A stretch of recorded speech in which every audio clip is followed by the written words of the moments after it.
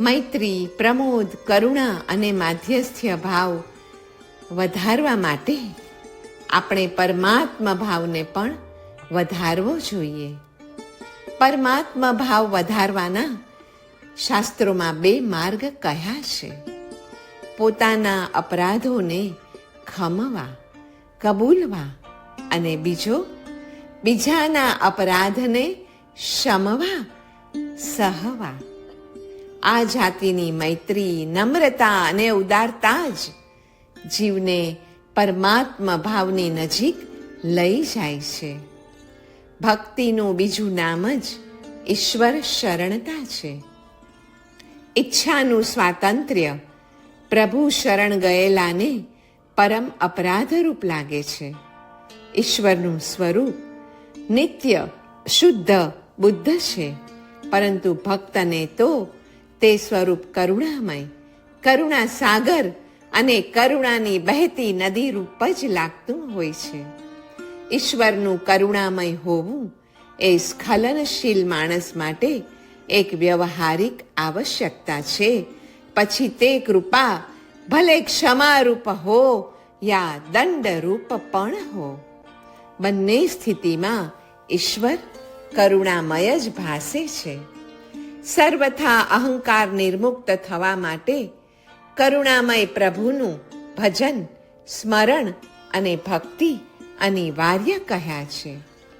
જીવો પ્રત્યેની મૈત્રી પરમેષ્ઠી પદને અપાવે છે, અને પરમેષ્ઠી પ્રત્યેની ભક્તિ તો જીવો પ્રત્યેના મૈત્રી ભાવને વિકસાવે છે, જે મોક્ષનો માર્ગ ખોલી આપે છે.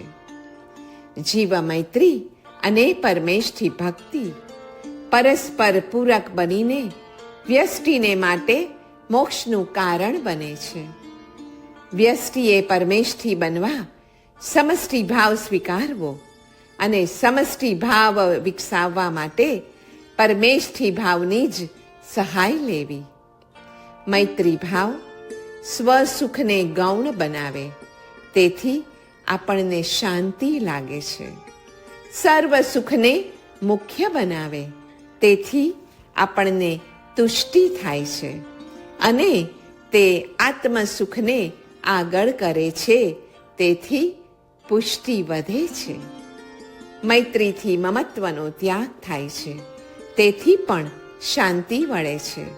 સમત્વનો સ્વીકાર થાય છે, તેથી તુષ્ટિ થાય છે, અને એકત્વનો અભ્યાસ થવાથી આપણો આત્મા એટલે કે આપણે પુષ્ટ થઈએ છીએ. મમત્વ ત્યાગથી વિષયોનો વૈરાગ્ય થાય. સમત્વના સ્વીકારથી કષાયોનો ત્યાગ થાય, અને એકત્વના અભ્યાસથી તો ગુણાનુરાગનો પણ વિકાસ થાય છે. 4 ભાવનાની સંપત્તિ અને વિપત્તિ ફરી ફરીને જોવાનું મન થાય કે દ્વેષનું ઉપશમન એ મૈત્રીની સંપત્તિ કહેવાય, અને વ્યક્તિગત સ્નેહમાં બદ્ધ થવું તે મૈત્રીની વિપત્તિ છે. ત્રાસદાયક બુદ્ધિનો નાશ એ કરુણાની સંપત્તિ કહેવાય, અને શોકની ઉત્પત્તિ તે કરુણાની વિપત્તિ છે. અસંતોષનો નાશ એ મુદિતાની સંપત્તિ કહેવાય, અને હાસ્યમાં મુદિતાનું પર્યવસાન એ વિપત્તિ છે. સ્નેહથી મુક્તિ એ ઉપેક્ષાની સંપત્તિ કહેવાય, અને બેદરકારીમાં પર્યવસાન તે તેની વિપત્તિ છે. 4 ભાવનાના 4 ભયસ્થાનો પણ છે. મૈત્રીનું ભયસ્થાન છે સ્નેહરાગ, કામરાગ, દ્રષ્ટિરાગ અને વૈયક્તિક સ્નેહ.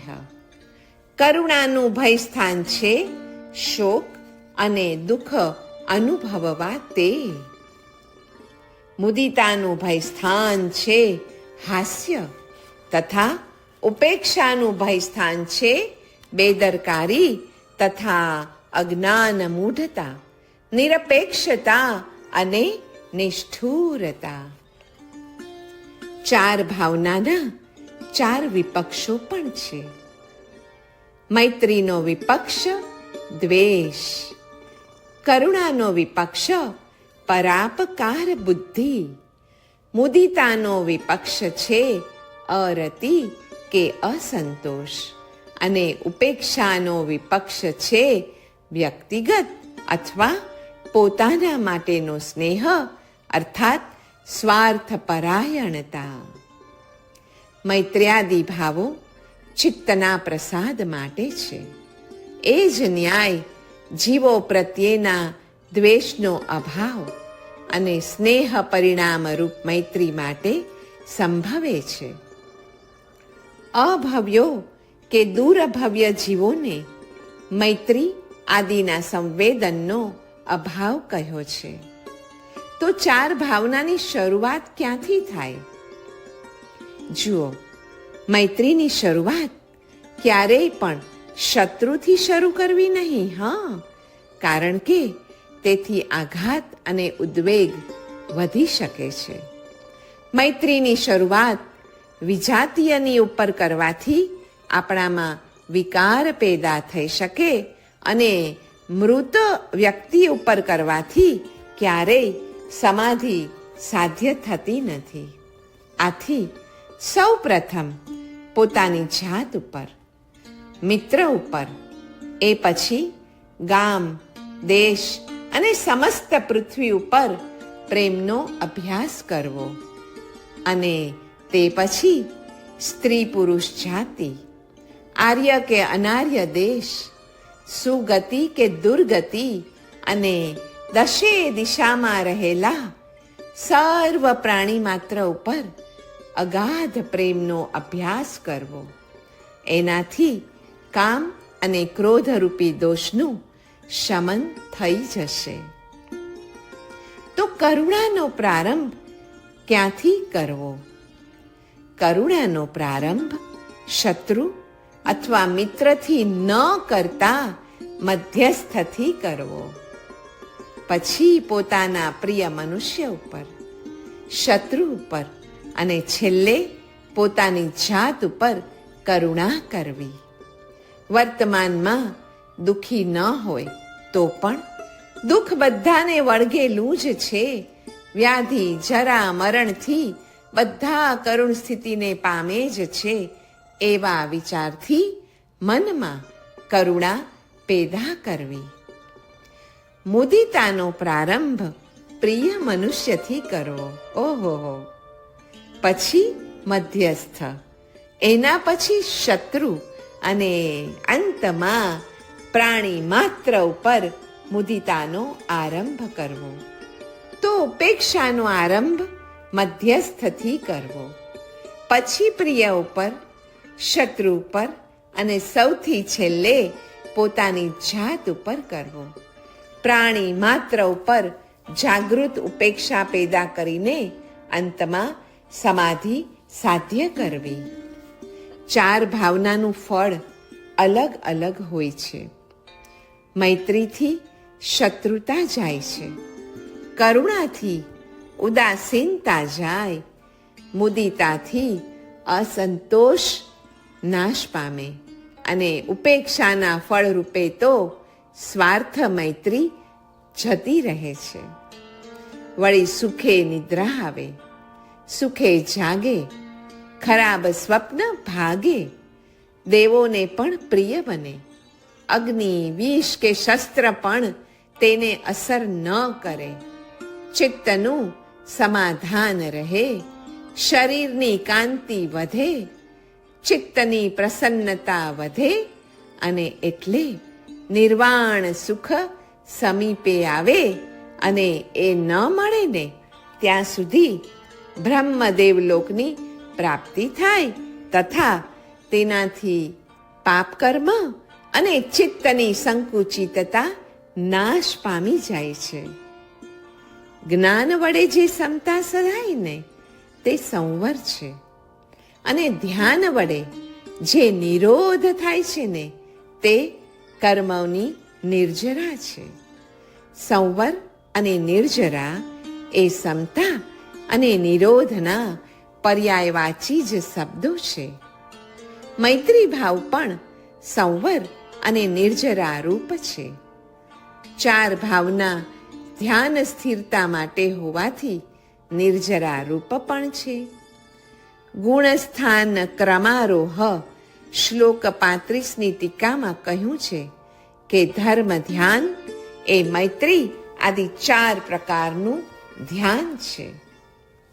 તો મૈત્રી ભાવનો સાક્ષાત્કાર કઈ રીતે થાય? દેવલોકના દેવો કરતા પણ ઊંચે આસને બિરાજમાન થવાની શક્તિ માત્ર અને માત્ર આપણને માનવોને જ મળી છે. એ શક્તિ એટલે વિશ્વભરના નાના મોટા દેહધારી સમસ્ત જીવ સમૂહ સાથે જીવનમાં તાદાત્મ્ય, એકરૂપતા અને મૈત્રી ભાવનો સાક્ષાત્કાર કરવો. તે કોઈ પણ જીવ પાપ ન કરો, દુઃખ ન પામો, સર્વ કોઈ કર્મથી મુક્ત બનો. એ જ છે મૈત્રી ભાવના તથા તે જ છે વળી અહિંસા, સંયમ અને તપરૂપી ધર્મનું મૂળ. મૈત્રીવાન ક્રોધ ન કરે. આપણે મૈત્રીવાન છીએ કે નહીં એ આપણને આવતા ક્રોધની માત્રા ઉપરથી નક્કી થઈ શકે કે મૈત્રીવાન ક્રોધ ન કરે તેથી હિંસા આદિ પાપથી રહિત બને. તે કદી અસંયમ ન સેવે એટલે દુઃખ રહિત બને છે. આપણને દુઃખ આવ્યું કે સમજી જ જવું કે મારાથી સંયમ કેળવાયો નથી. મૈત્રીવાન વળી તૃષ્ણા પણ રાખતો નથી એટલે કર્મ રહિત થાય છે. અહિંસા સર્વ જીવો પ્રત્યેના મૈત્રી ભાવમાં છે. સંયમ 5 ઇન્દ્રિયોના નિગ્રહમાં છે અને બાહ્ય તથા અભ્યંતર તપ એ ઈચ્છાના નિરોધમાં છે. અને એટલે જ મૈત્ર્યાદિ ભાવોથી શાંતિ, તુષ્ટિ, પુષ્ટિની પ્રાપ્તિ અચૂકપણે થાય જ છે. મૈત્રીમાં સ્વ સુખ વિષયક તીવ્ર રાગ જવાથી શાંતિ મળે અને સર્વ સુખ વિષયક ઈચ્છા પ્રગટવાથી ચિત્તમાં તોષ ઉત્પન્ન થાય છે. મૈત્રી વડે ઔદાર્ય અને વૈરાગ્ય બંને વિકસે છે. વૈરાગ્ય અને ઔદાર્યથી શાંતિ અને તુષ્ટિવાળું થયેલું ચિત્ત હવે સ્વસુખને પોતાનામાં અર્થાત આત્મામાં જ શોધે છે. મૈત્ર્યાદિ ભાવરૂપ અભ્યંતર શૌચથી અર્થાત પવિત્રતાથી સત્વ શુદ્ધિ, સૌમનસ્ય, એકાગ્રતા, ઇન્દ્રિય જય અને આત્મદર્શનની યોગ્યતા જન્મે છે. સંગ્રહ નહીં કે મૈત્રી ભાવના પાયા ઉપર જ એવંભૂત નહીં અથવા આત્મતત્વની સાધના કરવાની છે. મનુષ્યનો મોટામાં મોટો દોષ પોતાને નિર્દોષ સમજવો તે છે. આપણે હંમેશ માટે કોઈ પણ બનાવ કે ઘટવામાં આપણે નિર્દોષ જ છીએ એવું પ્રતીત થાય છે, પણ એ જ આપણો મોટામાં મોટો દોષ છે. અનિત્યત્વ આદિ ભાવનાનો વિભાગ સાધનામાં આવશ્યક એવા તત્વજ્ઞાનને લગતો છે અને મૈત્ર્યાદિ ભાવનાનો વિભાગ તત્વજ્ઞાનને જીવનમાં ઉતારવાના ક્રમ પદ્ધતિને લગતો છે. સાધકો માટે 4 ભાવના અતીવ આવશ્યક છે, કારણ કે મૈત્રી એક ક્ષીરનિરોપમા છે. માધ્યસ્થ્ય એ તુલારોપણ તુલ્ય છે.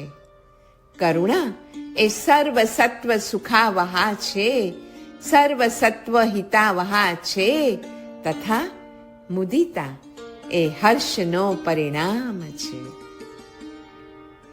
જેણ મૈત્રીમ પભાવેજ્જ તમ નાણમ જીણ સાસણે અર્થાત જેના વડે જીન શાસનમાં મૈત્રી પ્રગટ થાય તે જ્ઞાન છે. અહીં જ્ઞાનનું ફળ વિરતિ નહીં, મૈત્રીની પ્રભાવના કહી છે. સર્વ જીવો મુક્ત થાઓ એવી રુચિ થવી એ સમ્યક દર્શનનો સહજ પરિણામ છે. દેવ, ગુરુ અને ધર્મ એ ત્રણેય તત્વોની જડ મૈત્રી ભાવમાં રહેલી છે. એવા તાત્વિક ચિંતનથી એ ત્રણેય તત્વ ઉપર ભક્તિ સહજ બની શકે છે. માત્ર વૈરાગ્યના ઉપદેશથી શાસનની વ્યવસ્થા શક્ય નથી. વૈરાગ્ય સાથે મૈત્રી મળીને જ શાસનના મૂળ ઊંડા જઈ શકે.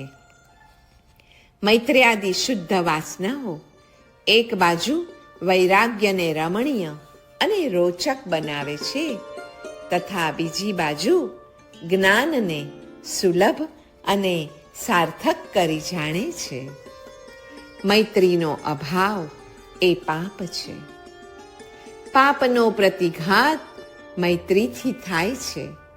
એટલે જ મૈત્રી જણાવે છે કે સર્વ કોઈ પાપ, દુઃખ અને કર્મ રહિત થાઓ.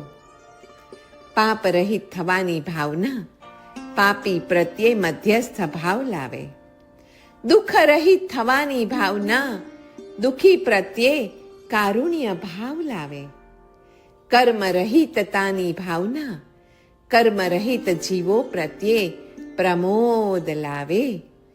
પાપ, દુઃખ, કર્મનું બીજ અનુક્રમે હિંસા, અસંયમ અને અશાંતિ છે.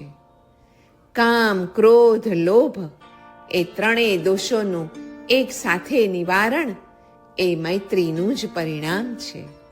કેમ કે મૈત્રી એ દુઃખરહિત, પાપરહિત અને કર્મરહિત બનવાની ઉત્કૃષ્ટ ભાવના છે.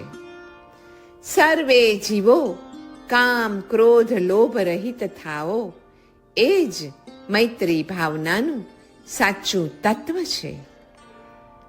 સ્નેહ પરિણામ રૂપ મૈત્રી એ સાધન છે અને દ્વેષના અભાવરૂપ મૈત્રી એ સાધ્ય છે.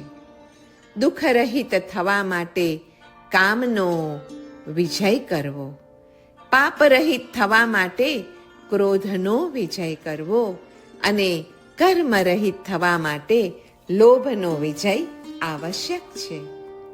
ધર્મના મૂળમાં સમ્યક દર્શનની જેમ જ પરહિત ચિંતારૂપ મૈત્રી ભાવના પણ આવશ્યક છે. પોતાની અધમતાને લક્ષ્યમાં લેવાથી ભક્તિ જાગે છે. એ ભક્તિમાંથી પોતાના શુદ્ધ સ્વરૂપનું પછી જ્ઞાન થાય છે અને એ જ્ઞાનમાંથી વિશ્વના સર્વ જીવોની પૂર્ણતાનું ભાન થાય છે, જેથી સર્વ જીવો પ્રત્યે મૈત્રી અને પ્રમોદ આદિ ભાવ જાગે છે. પરમાત્માની પૂર્ણતાના જ્ઞાનમાંથી ભક્તિ અને એ ભક્તિના પ્રભાવે પોતાની પૂર્ણતાનું જ્ઞાન થાય છે. એ જ્ઞાનને આધારે જ ભૂત માત્રની પૂર્ણતાનું ભાન થાય છે, જે આખરે મૈત્રી અને અહિંસા આદિમાં પરિણમે છે. તમો ગુણના પ્રકર્ષ વખતે ભક્તિ, રજો ગુણના પ્રકર્ષ વખતે મૈત્રી અને સત્વ ગુણના પ્રકર્ષ વખતે જ્ઞાન એ કર્મરૂપી ઈંધણને બાળવા માટે અગ્નિની જેમ સમર્થ બને છે. જેના હૃદયમાં મૈત્રી ભાવના નથી, ત્યાં ભાવ ધર્મ પણ રહે નહીં.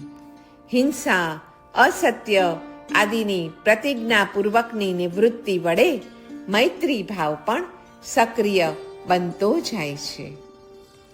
24 કલાકમાં એક કામ એવું અવશ્ય કરો કે જેના બદલામાં કાંઈ પણ જોઈતું ન જ હોય. સર્વ જીવો સાથે મૈત્રી છે મારે, એ ભાવનો આનંદ કેટલો છે તે એકદા જુઓ તો ખરા. કોઈ ગાળ દે ને ત્યારે પણ કરુણા લાવો કે ગાળ દેનાર લાચાર છે, કેમ કે તે બીજું કરી શકતો નથી. જીવોના દોષના દર્શનથી વૈરાગ્ય અને જીવોના ગુણોના દર્શનથી ઉપશમ જાગે છે. દોષ દર્શન જડનું અને ગુણ દર્શન જીવનું હોવું જોઈએ. વૈરાગ્યથી વિષયો અને જીવોની મૈત્રી જીતી શકાય અને ઉપશમથી ચારે ચાર કશાયો અર્થાત ક્રોધ, માન, માયા, લોભને જીતી શકાય છે. એકલા વિષયોના જ દોષ જોવાથી તો નિરાશા પેદા થશે. એકલા જીવોના ગુણો જોવાથી તો આસક્તિ પેદા થશે. માટે જ વૈરાગ્ય અને મૈત્રીનો એક સાથે અભ્યાસ તે બંને દોષો અર્થાત નિરાશા અને આસક્તિને રોકીને બંને ગુણો અર્થાત વૈરાગ્ય અને ભક્તિને પ્રગટાવે છે. એકવાર જોઈ તો જોઈએ.